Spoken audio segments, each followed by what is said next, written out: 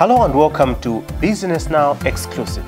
In this program today, we're talking to Dr. Ted Nakhumwa. He is the National Project Coordinator for AGCOM, which stands for the Malawi Agricultural Commercialization Project. Welcome. Thank you. We have been talking about AGCOM for quite a while now, and for those who've been following Business Now Exclusive, they will know that this is not a very new concept in Malawi.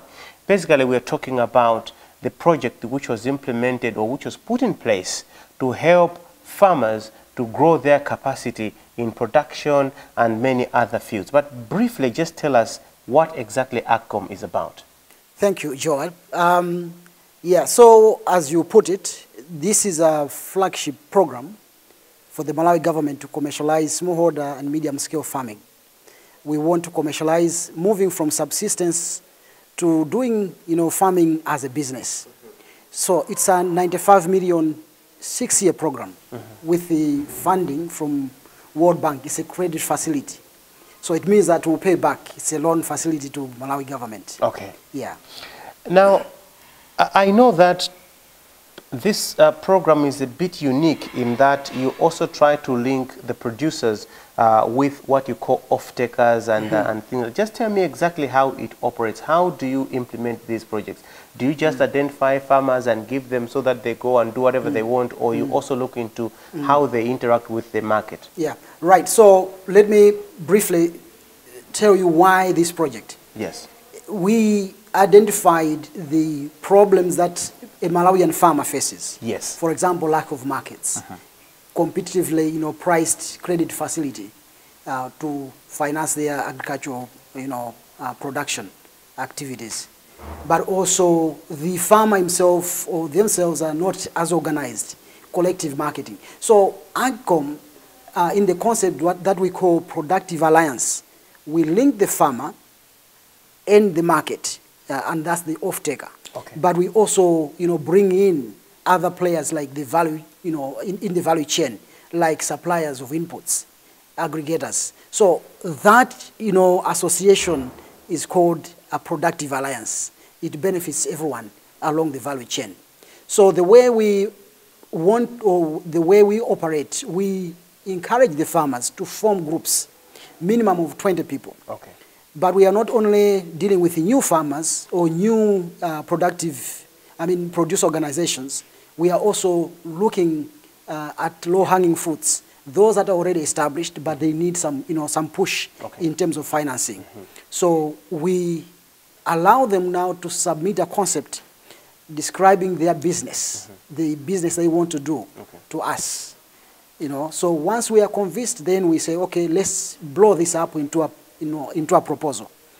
They might not be the ones to write the proposal, but we have the agribusiness officers from the Ministry of Agriculture and Trade, trade liaison officers. These are in the forefront helping us to write the proposals on behalf of these groups. But I'm happy to report that now we have also recruited brokers. These will be helping us to develop the proposals on behalf of farmers. We are paying them as a project.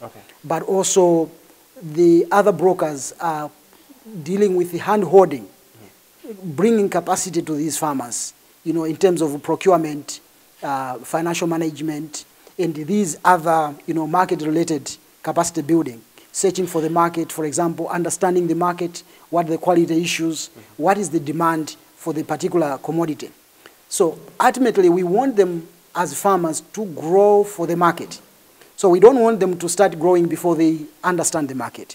So that's why one crucial requirement is that they should tell us in the concept that they have a market already. So we want them to have that, understanding that you produce for the market, and you don't just start producing out of the blues. So I think that's something that is a fairly new approach to marketing in Malawi, because most of the people just start with production. I know. And then when they have produced, they start looking for markets. Yes. And I think you're starting from top to the bottom. Tell me how this approach is working, especially with the productive alliances. How many alliances are there? What is the progress like? Are people responding well? Is it working? Yeah. So I would say that as we are talking, Yes. we have 30 productive alliances operating on the ground. These are the ones that have now completed the process. The process is that once we see that this is a winning proposal, we inform them that, you know, this business proposal has passed. And now they have to contribute 30% of the value they're requesting from us. We match them 30%. So those that have contributed the 30% are these 30. Okay. But we have at least 40 plus the ones that passed, you know. Yes. So out of the 40, only 30 have made the contribution. Okay. So it means that these other about 10, yes. they have to start paying, All right. you know, for them now to also start accessing the loan. But let me tell you the pipeline. We are talking of this 30 on the ground, but we also have 41 proposals, no, 25 proposals that are with the independent evaluation committee, because we have an independent committee that reviews and evaluates these proposals. All right. So we have 25, and we have 41 that we are polishing up. Because when we receive the proposals, we look at them and see the gaps. Yes. And we try to, you know, patch up the gaps before we submit for evaluation. Right. So we have 41 in our hands. And we have other 62 concepts that we need now to go and verify in the field. Yes. Whether what they are saying is true on the ground. Yes. Once we do that and we are satisfied, then we tell them to blow these up into proposals. So these will be evaluated from 15th to 18th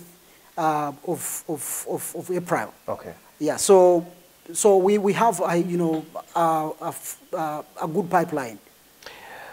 What are the challenges that the project is facing in the establishment of productive alliances, and what is the project doing to overcome these challenges? All right.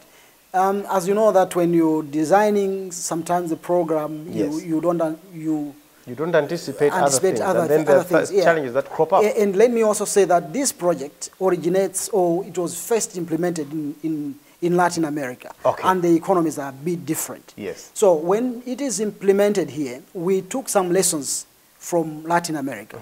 For example, one key lesson is that for the farmers to own the capital equipment we've purchased, they have to feel some pain, you know, as themselves are required to contribute something. Yes. That helps them to own. So we are dealing with ownership. And obviously for us, Malawian farmer to make a contribution, it's a relatively new, you know, phenomena. So we have to deal with the mindset change here. So for them to make a contribution, others have struggled. So this is one problem area that we are facing. However, we've intensified campaigns, awareness, and we are going to thank you for, you know, your support as media. Yes. Because you've really helped us to highlight where others have done it, and now we are trying to showcase those, you know, good examples that others can emulate to say, okay, other smallholder farmers are making a contribution. And so these are the strategies that we've put. But we also emphasize on training as part of the mindset change. And, you know, how to mobilize resources. For example, once you submit a concept, you know that I'm anticipating something. Yes. Start preparing in advance. So these are the kind of things that we are doing. All right. The other problem that we are facing is the capacities. Yes. Most of our smallholder farmers, as you know, their capacities are low. So we have to upgrade, you know, their business acumen, the understanding of financial management, procurement issues. So we have a team at the moment from DICE, Department of Extension Services, and the Ministry of Trade and Industry cooperatives.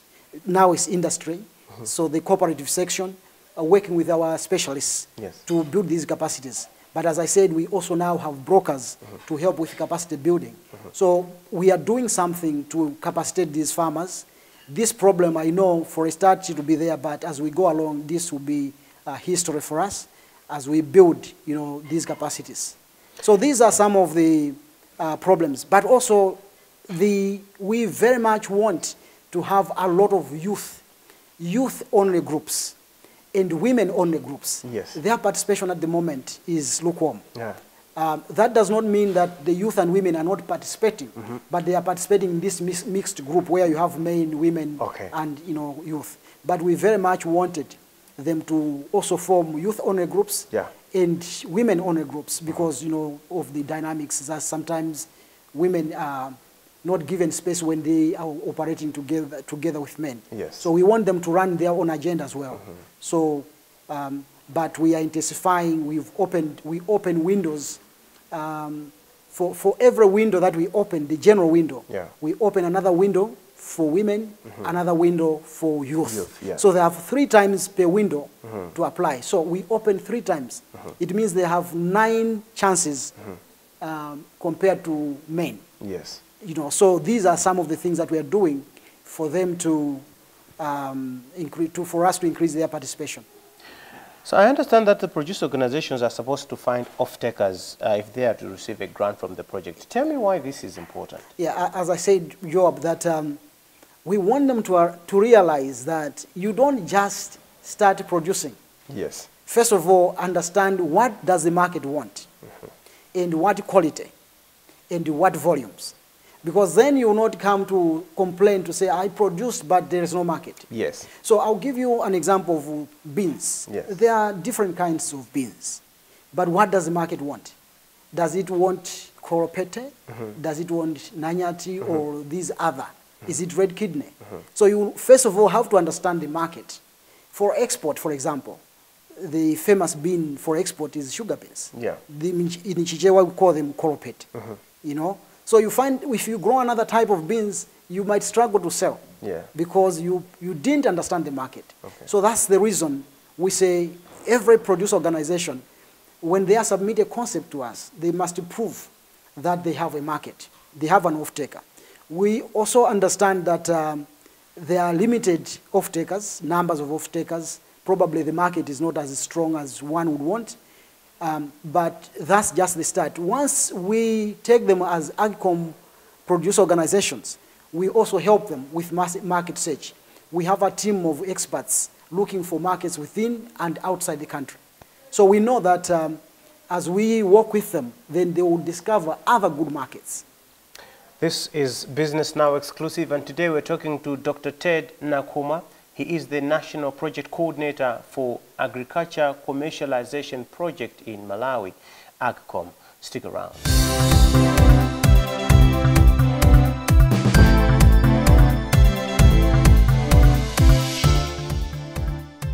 Due to the dynamics of our society, it has been observed that young people and women rarely ever participate in these activities. And even when they do, they're in a group of men. And you know the power dynamics, they may not be able to influence some of the decisions that are made in the group. You did touch on that, but I just want us to go back to that point because I think it's really, really important. Young people always say they are the future of this country. And women are always pushing for positions at decision-making tables. But it all starts with this. It starts with them taking interest in the opportunities that are there. Tell me how we're doing. How many women and youth groups, if you've got some figures, just show us how they compare to the other groups so that we see where we stand. Yeah, thank you, Joab. So we have 30 groups on the ground. Okay. Out of these, we only have 1 group, that is women-only group, and 1 youth group. So you can imagine that that's not good at all. It's not good. That's just like maybe 1% or something. But however, it does not mean that women are not participating. Okay. So out of the 30 groups, the total number of beneficiaries is 15,400. Yes. Thereabout, 15,400. Yeah. Out of this, about 6,000 are men. 8,000 are women. Yes. About 3,400 are youth. Okay. So they are participating, but in a mixed. They're varied in those groups. Yes. Sure. Yeah, but we wanted them to be also in women-only groups and female-only groups because we want to encourage them to, they are free when they are, women only in terms of decision making. All right. How they use their financing. Okay. They will be free to in that category, the same as youth. So that's why we are emphasizing that much as they are participating, we also encourage them to form their own groups. So this is the task that we have. Let me say that out of the 30, what we've committed in terms of financing, we have already committed $4,200,000 US dollars, which is about 3.2 billion Malawi kwacha. And the farmer groups have made a contribution of about $500,000 US dollars, which translates to around 377 million kwacha. And as you can see, we're coming back to the question of are they able to contribute? Yes. You can see that from these groups, smallholder farmers are able to contribute something to co-finance the project.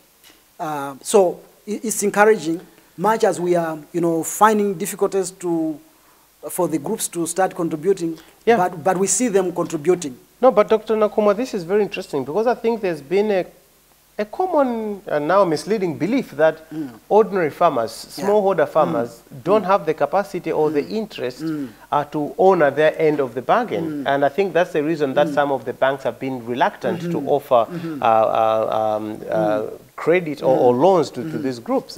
But this project seems to be proving that theory wrong. Yeah, you're right. We need to break this belief that smallholder farmers can't make contribution. Where they are convinced that at the end of the day they will make money, they are interested. But it will of course take some while because there must be a mindset change. And that's what we are grappling with. We are just starting, and we know that when we showcase progress in these other groups, many people will be attracted. Let me also say that the 30% which they contribute is not entirely 30% cash. 20% is in-kind contribution. So we have to guide them in terms of the way they demand the equipment or the capital equipment for their business. If, for example, one wants a tractor and they want the accessories for that tractor and they want a vehicle, for example, or that's all machinery, definitely there will be no room for in-kind contribution. That one will be forced to pay 30%. But if they strategically say, okay, we want a warehouse for argument's sake, and we want a vehicle, or we want a machine for grading, or we want a tractor, it means the tractor would attract 30% contribution. But the warehouse, you have room for in-kind contribution. You'd say, we'll bring water, we'll draw water, we'll provide labor, we'll provide the land. The land we provide. The same in dairy, for example. You want to venture into dairy. You say, okay, a collar is like this. We'll build our own collars as individual farmers. So you cost that collar and you multiply by the number of farmers involved. You bring that as a figure of that's your contribution, in-kind contribution. So you reduce your cash contribution. Because what we require, no discussion, strictly 10% cash. At least you must produce some cash. Exactly. Because that creates that ownership. So people must understand, how to reduce their cash contribution. You have touched on capital assets, and I was going to ask a bit more about that, because I understand that among the different kinds of support that you offer, you also allow producer organizations to access some grants for capital assets. Tell me how much money has been dispersed in this regard, or how exactly we're doing on that front. So as I said, the 30 productive alliances that we've established, we've already committed 4.2 million US dollars, which translates to 3.2 billion kwacha. This is already committed, and the farmer contribution to co-finance is around $500,000 US dollars, which is encouraging to us that at least we are moving in the right direction. We hope that we will move, we now gain the momentum. We want to build on the momentum to achieve what we want to achieve by the end of the day. As we're getting towards the end of this interview, the sun is about to set on AGCOM now, because the project winds up in 2023, unless there will be some other extensions. But let's look at how long it has taken and how far we have come. Are you satisfied with the implementation progress so far? And do you think the project will have achieved its objectives by 2023? Where we are not as happy, because we could have been somewhere. But as you know, we started late as a project, and this is a lesson. for everyone that once you sign the document with the bank, the clock starts ticking. Yeah. So you don't have to delay. We lost a year, but we've put everything on the ground, and we have the momentum. As I said, we now are building the productive alliances. So all preparatory work is done. So we are now standing on the trajectory is quite good, and we think we'll still manage to, achieve the number of productive alliances we want to establish if we don't lose, focus. Yeah. So much as we are not where we wanted to be at this time, we have at least 2.5 years to jack up. Yes. And we think by next year, March, that's our target. Yeah. We want to commit all the money so that, you make good use for the time remaining. So that's our dream, and we think we need to choke the pipeline so that every time we are, establishing productive alliances, and every time we are dispersing, that's what we want. Anything more about this? Because I think the opportunity is still there, and people can still make fresh applications, and obviously there are those who might still want to be upscaling. As we are winding up, anything more about the AGCOM project? Yeah, I want to encourage those that have already taken grant from us, that once they finish that grant, I mean, they make their own contributions, they can come again and make another application to boost up their business. But for those that are still, still thinking whether to apply or not, I'm encouraging them, especially youth and women. There is a big opportunity. People say, no, the youth can't afford. No, there are mechanisms. What we require is a sound business idea. Once that is given to us, we have means to help the women and youth. The youth. Because there are other support mechanisms within the project. For example, we have a partial credit guarantee. We link them to the bank. We guarantee that loan 70% so that they can now match using that money they can borrow from the bank. But there are also other strategies that we are putting in place to help these women and youth groups to be part and parcel of this project. We are talking of 65% of the population being youth. We are talking of women being 52% of the population. And we cannot move without them. Yes. When you talk of inclusive growth, we can't leave these categories behind. So that's why we are emphasizing on youth, emphasizing on women, and smallholder farmers in general, because they are the ones that own the land. So there will be no inclusive growth in Malawi if we don't transform agriculture, if we don't include the women and youth. So that's my appeal. Any hope that the project might go beyond 2023? Yeah, I mean, it depends the way we perform. If we perform good and we are probably lacking somewhere, but we've shown strong performance, then you can always, request for no cost extension. Yeah. But that depends on, strong performance. Yes. So it's the onus is ours to demonstrate strong performance, and that's what we are doing. So we know different grants that are being provided in Malawi, and this seems to be one massive one, as I get to understand it. But still, the question might be, does it have a limit as to how many producer alliances it can create, as how many associations can get grants? So for argument's sake, if you had, let's say, 100 concepts that came, and they're all brilliant ones, and you're like, we could take all these, would money be a limitation where you say, but let's just take this 70 and then, maybe this 30 we can't? Would that situation ever arise? In fact, actually, we are worried. It's not good to get a loan and you fail to use it. Okay. Yes. This is a credit facility from the bank. Yes. Our aim is to ensure that we utilize it to the full. Okay. So money is not a limitation. All right.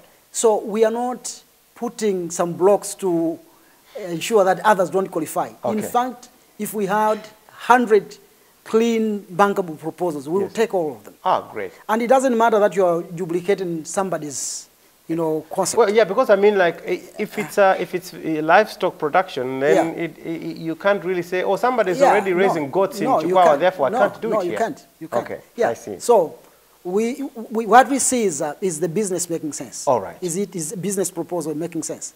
So to us, we'll fund every project that comes to us. The way I see it, Doc, this seems to be another opportunity for people to create employment for other people, because you're saying that you also encourage people to work in teams. And if you're talking of 20, 30 people, or even 40 people are coming together to do something, that would give them something worthwhile to do. Exactly, exactly. So we have said that at the moment we have 5,400 beneficiaries. Yes. It means these are self-employed. Yes. And we'll build them into cooperative.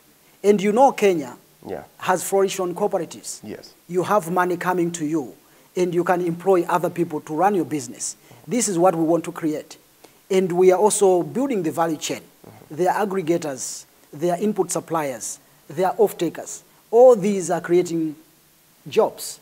So this is, you know, one of the projects that will help government to create a lot of jobs. So that's what we are trying to do. And that's why we are appealing to the youth. There is no need to just complain that, you know, there are no jobs. I mean, when there are opportunities, you know, there are opportunities here. Women, there are opportunities that they can self-employ themselves. This is what AGCOM is doing. And that's how we come to the end of Business Now Exclusive. And today we have been talking to Dr. Ted Nakhumwa. He is the National Project Coordinator for AGCOM, which stands for Malawi Agricultural Commercialization Project. My name is Joab Chakhaza. Until next time, it's goodbye.